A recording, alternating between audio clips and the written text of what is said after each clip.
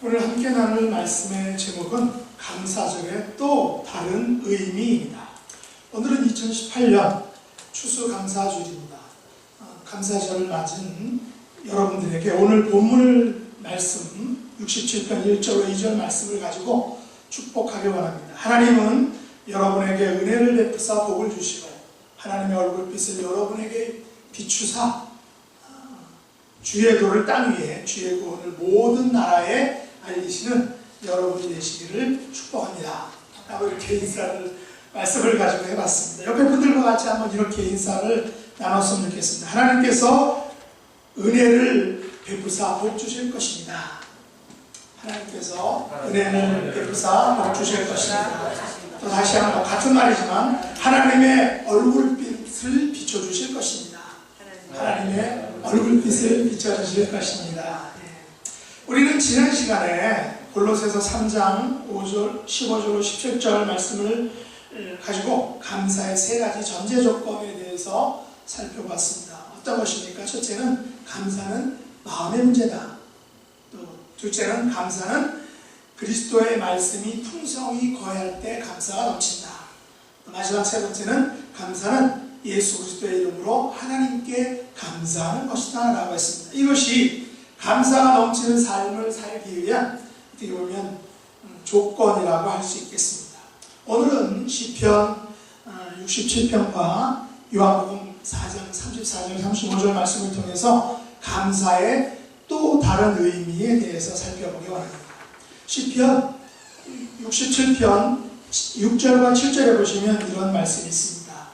땅이 그의 소산을 내어 주었으니 하나님이 곧 우리 하나님이 우리에게 복을 주시리로다. 하나님이 우리에게 복을 주시리니 땅의 모든 끝이 하나님을 경외하리로다 라고 이렇게 말하죠. 여기 땅이 그의 소산을 내어주는 곳을 갈 때 우리는 추수라고 하죠. 그래서 땅에서 소산을 얻는 것을 추수라고 이렇게 말합니다. 그리고 그 땅에서 얻는 모든 소산은 모두 하나님께서 우리에게 주신 복이라고 우리가 고백합니다. 본문에 보면 이 한 절에서 두 절에서 하나님이 그래서 세 번이나 강조하고 있죠. 여기서 땅은 논이나 밭을 의미할 것입니다. 그러나 이 땅을 오늘날로 적용하면 어떤 것이겠습니까? 그대로 논이나 밭일 뿐만이 아니라 직장이나 생업이 바로 우리의 땅이다라는 것을 우리가 알 수 있습니다. 하나님께서는 논과 밭과 들에서 나오는 것들로 우리를 복주십니다. 하나님께서는 우리의 직장이나 생업을 통해서 나오는 것들로 우리에게 복을 주십니다. 그런데 여기서 아주 중요한 사실이 있습니다. 하나님께서 우리에게 복을 주시는 이유가 있다고 말합니다. 7절 말씀을 다시 보실까요? 거기 보면 하나님이 우리에게 복을 주시리니 땅의 모든 끝이 하나님을 경외하리로다 라고 말하죠. 하나님께서 우리에게 복을 주시는 이유가 무엇이라고 말합니까? 바로 땅의 모든 끝이 하나님을 경외하도록 만들기 위해서 하나님이 우리에게 복을 주신다는 것입니다. 여기서 땅의 모든 끝은 온 세상을 의미하겠죠. 그러면 이런 의미일 것입니다. 하나님께서 우리에게 복을 주시니 온 세상이 하나님을 경외하게 될 것이다. 이것은 다시 말해서 하나님께서 우리에게 복을 주시니까 복을 주시는 것은 온 세상이 하나님께 돌아오게 하기 위해서 우리에게 복을 주신다는 것입니다. 우리가 이 땅에서 복을 누리게 하신 것은 우리만을 위한 것이 아닙니다. 우리에게 주신 복 속에는 세상을 향한 하나님의 계획이 있다는 것입니다. 우리의 복 속에는 하나님의 의도가 있다는 것입니다. 하나님께서 주신 복으로 나만 잘 먹고 잘 사는 것이 전부가 아니다는 것입니다. 우리가 누리는 복에는 세상을 향한 봉사와 책임이 있습니다. 특별히 온 세상이 하나님께로 돌아오는 전도의 책임이 있다는 것입니다. 영혼 구원의 책임이 포함된다는 것입니다. 그러면 하나님께서는 우리에게 어떻게 복을 주시나요? 올해 한 해 동안 하나님께서 여러분에게 주신 복들을 한번 헤아려 보시기를 바랍니다. 이 시간에 저는 시편 65편을 통해서 하나님께서 주신 복을 잠시 헤아려 보기를 원합니다. 시편 기자인 다윗은 시편 65편 8절로 13절에서 하나님께서 주신 복을 이렇게 노래했습니다. 본문이 여기 있으니까 한번 같이 한번 읽어볼까요? 8절부터 13절 시작. 땅 끝에 사는 자가 주의 징조를 두려워하나이다. 주께서 아침 된 것과 저녁 된 것을 즐거워하게 하시며 땅을 돌보사 물을 대어 심히 윤택하게 하시며 하나님의 강에 물이 가득하게 하시고 이같이 땅을 예비하신 후에 그에게 곡식을 주시나이다. 주께서 밭고랑에 물을 넉넉히 대사 그 이랑을 평평하게 하시고 또 담비로 부드럽게 하시고 그 쌀에 복을 주시나이다. 주의 은택으로 한 해를 관씌우시니 주의 길에는 기름방울이 떨어지며 들의 초장에도 떨어지니 작은 산들이 기쁨으로 띠를 띄었나이다. 초장은 양떼로 옷 입었고 골짜기는 곡식으로 덮였으며 그들이 다 즐거이 외치고 또 노래하나이다. 아멘. 이게 되게 아주 그냥 그 서정적인 그런 시편 23편은 어떤 목장에 대한 그런 푸른 초장에 대한 것이라면 이거는 가을 역해, 가을 추수를 바라보면서 하나님께 노래한 하나의 서정시와 같은 그런 추수감사의 노래입니다. 이것을 쉽게 한번 제가 풀어보겠습니다. 8절에 땅 끝에 사는 자가 주의 징조를 두려워한다는 것은 세상 모든 사람들이 하나님께서 이스라엘을 출애굽시킨 그 놀라운 구원의 행위를 보고 세상 사람들이 놀라게 된다는 거죠. 그 이스라엘 백성들이 애굽에서 400년 동안 종살이하다가 나온 그 사건 자체는 그 당시에 어마어마한 그런 큰 문제였습니다. 이슈였습니다. 많은 사람들이 벌벌벌 두려워 떨게 되었다는 거죠. 왜냐하면 400년 동안에 꼼짝없이 그 이스라엘이라는 유태인이라는 씨가 말랐을 것이라고 생각하는데 400년이 지나자 하나님께서는 모세를 통해서 그들을 해방시켰다는 거죠. 우리 36년 동안 일제에 있었는데 그래도 물론 우리 민족은 강해서 유태인처럼 강해서 그런 민족의 긍지를 얻긴 했지만 유태인들은 무려 400년 동안이나 종살이를 하면서 모든 이름이 바뀐 상태에서 출애굽했다는 것은 그때 당시에는 어마어마한 큰일이었습니다. 오늘날 하나님께서는 우리를 크고 작은 위험으로부터 구원해 주십니다. 세상은 우리를 구원하시고 터치해 주시고 보호하시는 그 하나님의 우리에게 행하신 그런 일들을 보고 놀라게 될 것입니다. 주께서 아침이 되는 것과 저녁 되는 것을 즐겁게 하신다는 것은 무엇일까요? 여러분, 우리가 아침에 눈을 뜨고 저녁에 잠자리에 드는 것이 평범한 일일까요? 절대 그렇지 않습니다. 아침 되는 것과 저녁 되는 것을 즐거워하는 것은 실로 기적에 가까운 일입니다. 왜냐하면 오늘도 아침에는 눈을 떴는데 저녁에 잠자리에 들지 못하는 분들이 얼마나 많은지 아십니까? 여기 계신 여러분이 얼마나 행복한지를 제가 통계를 통해서 알려드리죠. 지금 보시는 이 통계는 월드미터라는 그런 세계 통계 자료입니다. 거기에 보시면 오늘 사망자 수가 몇 명입니까? 오늘 사망자 수 76,828명이죠. 출생한 사람이 더 많지만 오늘 죽은 사람 76,000명 정도입니다. 그리고 오늘 굶주림으로 인해서 사망한 사람이 쭉 보면 굶주림으로 인해서 사는 사람이 14,737명 굶어 죽는 사람, 영양실조를 겪고 있는 사람이 저기 어떻게 되나요? 83만 1980 아니죠? 제가 아유 저는 이 숫자를 영어의 그거를 생각하면서 잘못 계산했네요. 네, 거기 보면 이게 셀 수가 없습니다. 엄청나죠. 그런 면에서 여러분이 오늘도 기적을 맛보면서 사시고 계시다는 것입니다. 9절 말씀 보면 하나님께서 땅을 돌보사 물을 대어 심히 윤택하게 하십니다. 하나님께서는 하나님의 강에 물을 가득하게 하시고 땅을 예비하신 후에 그들에게 곡식을 주십니다. 여러분, 이 월드미터의 자료에 의하면 올해 소비된 물이 무려 10억 리터라고 합니다. 10억 리터.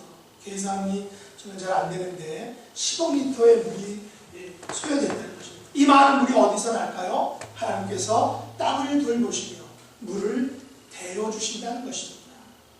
하나님의 강에 물이 가득하게 하시기 때문에 가능한 일입니다. 물이 없이 곡식이 자랄 수 있겠습니까? 모든 영양분은 물을 통해서 곡식에게 전달됩니다. 사람들이 땅을 돌보는 것이 아닙니다. 댐이나 저수지를 만드는 것은 사람일지 모르지만 그것을 채우시는 분은 하나님이라는 거죠. 사람들이 곡식을 자라나게 하는 것이 아닙니다. 농부가 씨를 뿌리지만 그것을 자라나게 하시는 분은 하나님께서 하시는 것입니다. 우리 하나님께서 하시는 일이다. 하나님께서 햇볕을 주시고 또 물속에 영양분을 넣어서 자라나게 하시고 또 열매가 맺게 하시는 분, 하나님이 하시는 일입니다. 10절에 보시면 주께서 밭고랑에 물을 넉넉히 내사 그 이랑을 평평하게 하신다고 했습니다. 하나님께서 단비로 부드럽게 하시고 그 싹에 복을 주신다고 했습니다. 11절과 12절에는 주의 은택으로 한 해를 관 씌우시니 주의 들에는 기름방울이 떨어지며 들의 초장에도 떨어지니 작은 산들이 기쁨으로 띠를 띄었다라고 이렇게 말합니다. 여러분의 올 한 해를 관 씌우신 분이 누구십니까? 여러분들의 조상님들입니까? 아니면 여러분의 보스입니까? 여러분이 머리를 잘 굴려서 그랬습니까? 그런 것도 같지만 절대 그렇지 않습니다. 그분은 바로 우리 하나님의 은택을 통해서 한 해의 열매를 맺게 된 것입니다. 여기서 은택은 영어로 바운티라고 하는데 자비로움, 선하심을 의미합니다. 하나님께서 올 한 해도 하나님의 선하심으로 우리에게 관을 씌워주신 것입니다. 내가 잘나고 또 내가 잘해서 한 해를 지낸 것이 결코 아니라는 것입니다. 오직 하나님의 선하심, 인자하심 때문에, 자비로우심 때문입니다. 주의 길에는 기름방울이 떨어졌다라는 것은 영어 표현에 보면 너의 카트가 풍성함으로 흘러 넘쳤다라는 것입니다. 여러분의 카트가 흘러 넘쳐오는 것은 여러분이 열심히 일했기 때문이라고 생각하십니다. 그렇게 생각할 수도 있겠죠. 그러나 더 깊이, 더 꼼꼼히 생각해 보시면 그렇지 않음을 고백할 수 있습니다. 여러분의 카트가 흘러 넘치게 된 것은 하나님께서 아침에 눈뜨게 하시고 저녁에 단잠을 자게 하셨기 때문입니다. 아침에 일어난 힘을 주시고 저녁에 모든 것을 내려놓고 꿀잠을 자게 하셨기 때문에 가능한 것입니다. 아침에 일어날 힘이 없는데 저녁에 꿀잠을 자지 못하는데 어떻게 여러분의 카트가 흘러 넘칠 수 있겠습니까? 하나님께서 우리에게 건강의 복을 주시지 않으면, 물질의 복을 주시지 않으면 우리의 카트는 텅텅 비게 된다는 것입니다. 하나님께서 우리의 밭고랑의 물을 넉넉히 대사 그 이랑을 평평하게 해주시니까 하나님께서 단비로 부드럽게 하시고 그 싹에 복을 주시니까 하나님께서 주님의 선하심으로 한 해를 붙들어 주시니까 우리의 카트가 넘쳐나게 된 것입니다. 우리의 초장도 넘쳐나게 된 것입니다. 우리의 가정 경제가 그나마 굴러가는 것입니다. 어제 뉴스를 잠시 들었었는데 캘리포니아로부터 타주로 이사가는 이유가 늘어난 렌트비, 각종 공과금, 생활비가 감당을 못하니까 방법은 홈리스는 될 수 없으니까 홈리스가 되면 가정이 망가지기 때문에 어쩔 수 없이 타주로 싼 곳으로 간다는 것입니다. 우리가 아직 여기 남아 있는 것은 바로 주님의 은택, 주님의 선하심 때문이다라는 것입니다. 하나님께서 우리의 삶에서 작은 기쁨을 주셨기에 13절에서처럼 우리들의 초장은 양떼로 옷 입혔고 우리들의 골짜기는 곡식으로 덮였으며 우리들은 즐거이 외치고 노래하게 된 것입니다. 멋진 옷이 아니면 어떻습니까? 고급집 비싼 차가 아니면 어떻습니까? 누워 잠잘 수 있는 곳이 있고 또 입어서 춥지 않는 옷이 있고 또 길에서 퍼지지 않고 굴러가기만 하는 차가 있으면 되지 않느냐는 것입니다. 우리의 모든 일상, 우리의 평범한 삶은 하나님의 은택이다라는 사실입니다. 다음에 보실 이 2분 26초짜리 영상은 우리에게 기적 같은 삶을 주신 하나님을 찬양하게 합니다. 행복이 가득한 그런 교회라는 그런 제목이었는데 한번 보시겠습니다.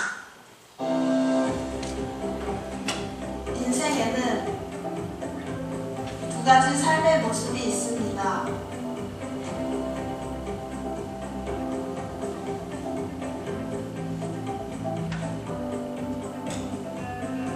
한 가지는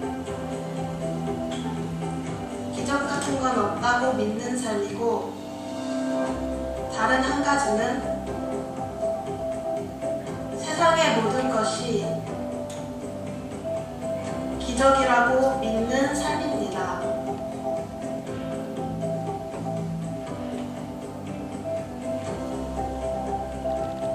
여러분의 삶 속에는 어떤 기적이 일어나고 있나요? 기적적으로 병이 나았어요. 차상무가 났을 때 기적적으로 살았어요. 자녀가 건강하게 태어난 것이 기적입니다. 제가 시험에 합격한 게 기적 같아요. 매일 하루 새끼 밥을 먹는 것이 기적입니다. 내가 원하는 대로 움직일 수 있는 게 기적이에요. 사랑하는 이와 함께한 지난 세월이 모두 기적입니다. 마음껏 목소리 높여 주님을 부를 수 있음이 기적입니다.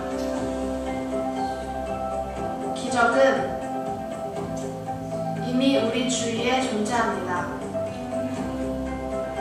일상 속에서 작은 감사를 발견할 때 기적의 삶이 시작될 것입니다.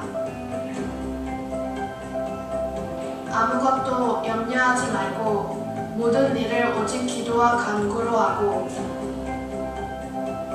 여러분이 바라는 것을 감사하는 마음으로 하나님께 아뢰십시오. 우리의 작은 감사로 기적을 여는 시간 추수감사주일. 다른 교회가 잘 만들었네요. 옆에 분과 한번 이렇게 인사를 나눴으면 좋겠습니다.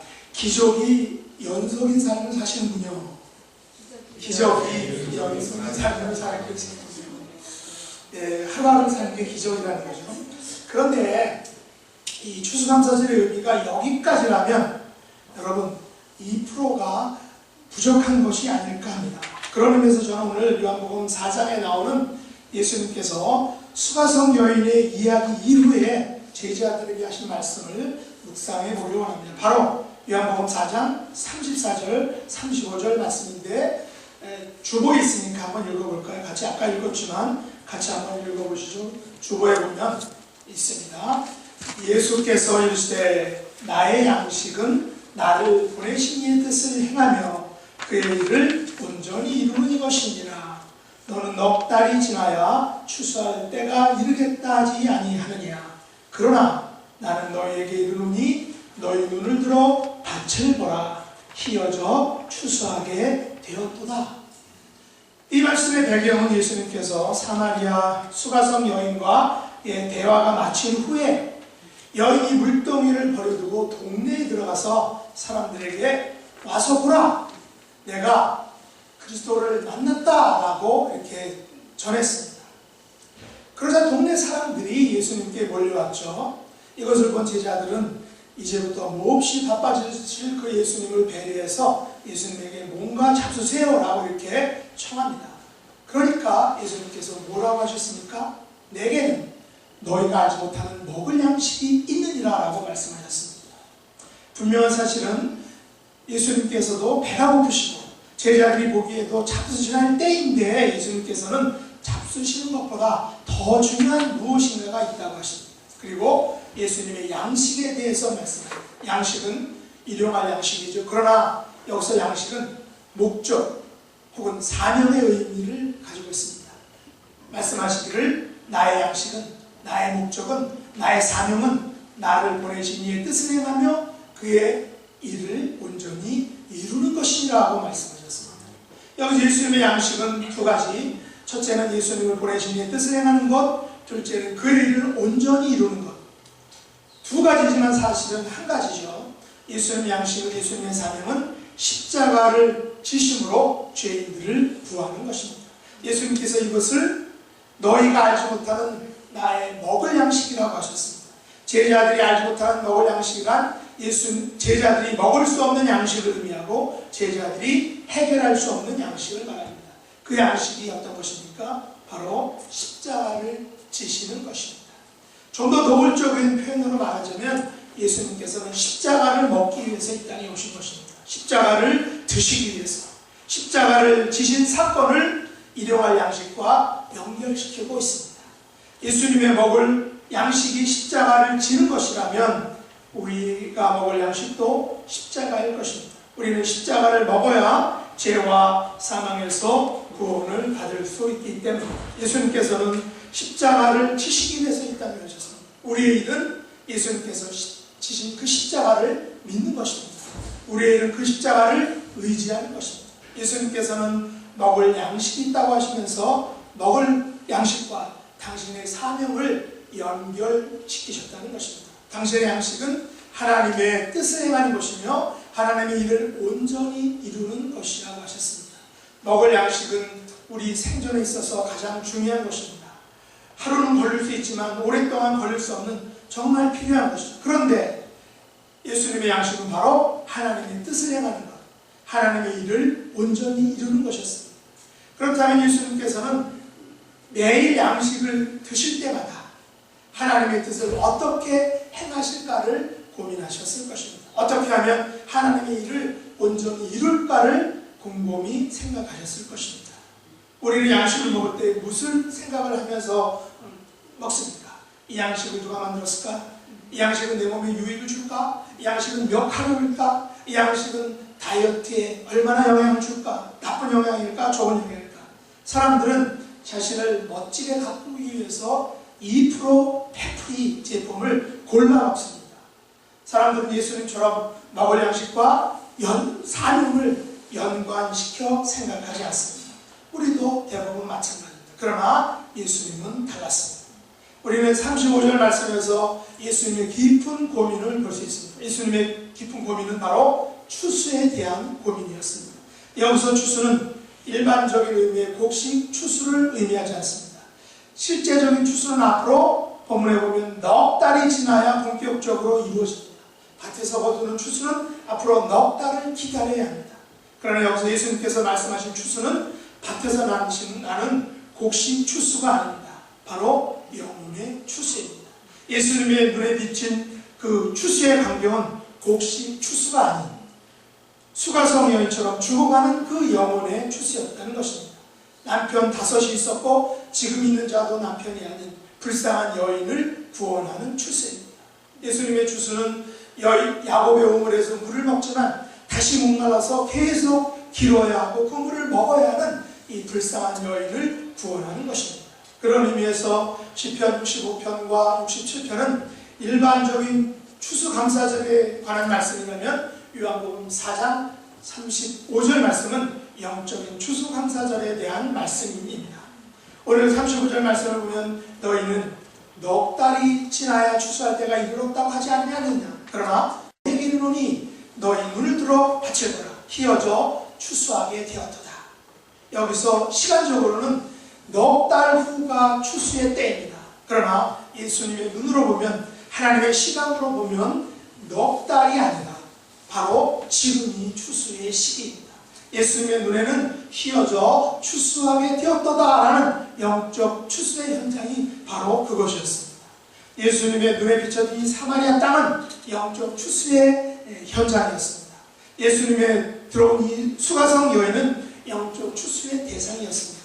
야곱의 우물을 먹지만 다시 목마름을 느껴야 하는 영적 추수의 대상이었다는 것입니다. 예수님의 눈에서 수가성 여인은 휘어져 추수하게 된 불쌍한 여인이었습니다. 남편이 다섯이 있지만 실제로는 남편이 하나도 없는 가련한 여인이었습니다. 이 여인은 예루살렘이 아닌 사마리아의 그리심산에서 예비한 것을 못내 아쉬워했습니다. 이 여인은 예루살렘으로 가고 싶었지만 자기는 사마리아인이기 때문에 예루살렘으로 가지 않고 사마리아에 머물러서 그리심산에서 예배를 드려야 했습니다. 이 여인은 알지 못하는 것을 예비하면서 항상 뭔가를 부족한 것을 느끼면서 살았습니다. 인적이 드문 무더운 한낮에 물을 길러와야 하는 소외된 삶을 살았습니다. 이런 여인에게 예수님께서 다가가셨습니다. 그리고 이렇게 말씀하셨습니다.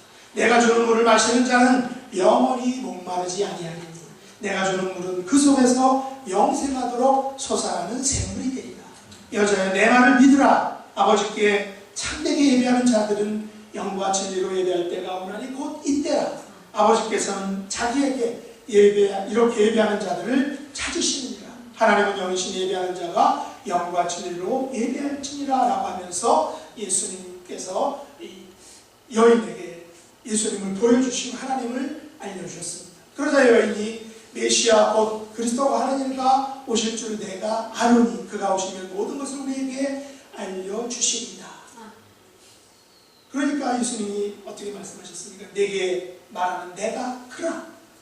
그러자 여사는 물동이를 버려두고 동네로 가서 사람들에게 말합니다. 내가 행한 모든 것을 내게 말한 사람을 와서 보라. 이는 그리스도가 아니냐. 여인의 말을 듣는 동네 사람들이 예수님께 나왔습니다.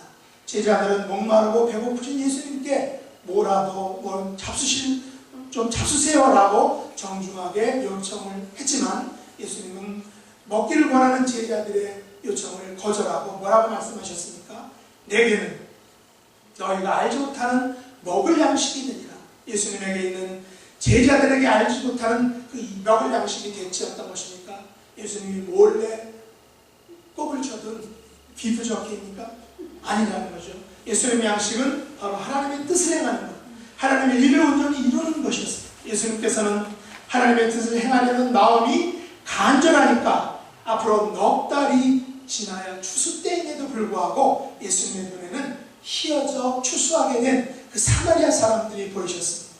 예수님께서 하나님의 일을 온전히 이루려는 마음에 사로잡혀 있으니까 먹어도 목마른 물을 찾아 헤매는 이 수가성 여인이 불쌍하게 생각되었던 것입니다. 예수님의 눈에는 먹을 것은 있지만 죄와 사망으로 인해서 굶어 죽어가는 영혼들이 눈에 들어오셨습니다. 예수님의 눈에는 겉은 잎사귀로 무상하지만 속에는 생명이 없는 죽어가는 영혼들이 보이셨습니다. 사람이 아무리 화려하게 보여도 그 속에 참다운 기쁨과 만족 없이 사는 사람들의 그 영혼들이 눈에 들어오셨다는 것입니다. 예수님에게는 마시고 또 마셔도 목마름이 해결되지 않는 그 갈급한 사람들에게 그 속에서 영생하도록 솟아나는 샘물을 먹이셔야겠다는 불타는 마음이 있었다는 것입니다. 예수님처럼 세상의 온통 영적인 추수를 기다리는 사람들로 가득함을 볼 줄 아는 눈, 예수님의 하나님의 구원의 때가 임했음을 아는 눈, 세상에는 구원을 기다리는 불쌍한 영혼들로 가득함을 볼 수 있는 눈, 이런 눈으로 세상을 보는 것, 이런 눈으로 사람들을 볼 수 있는 것, 이것이 바로 영적인 추수 감사절의 시작일 것입니다. 예수님처럼 영적인 추수의 때를 보는 저와 여러분이 되시기를 예수님의 이름으로 축복합니다.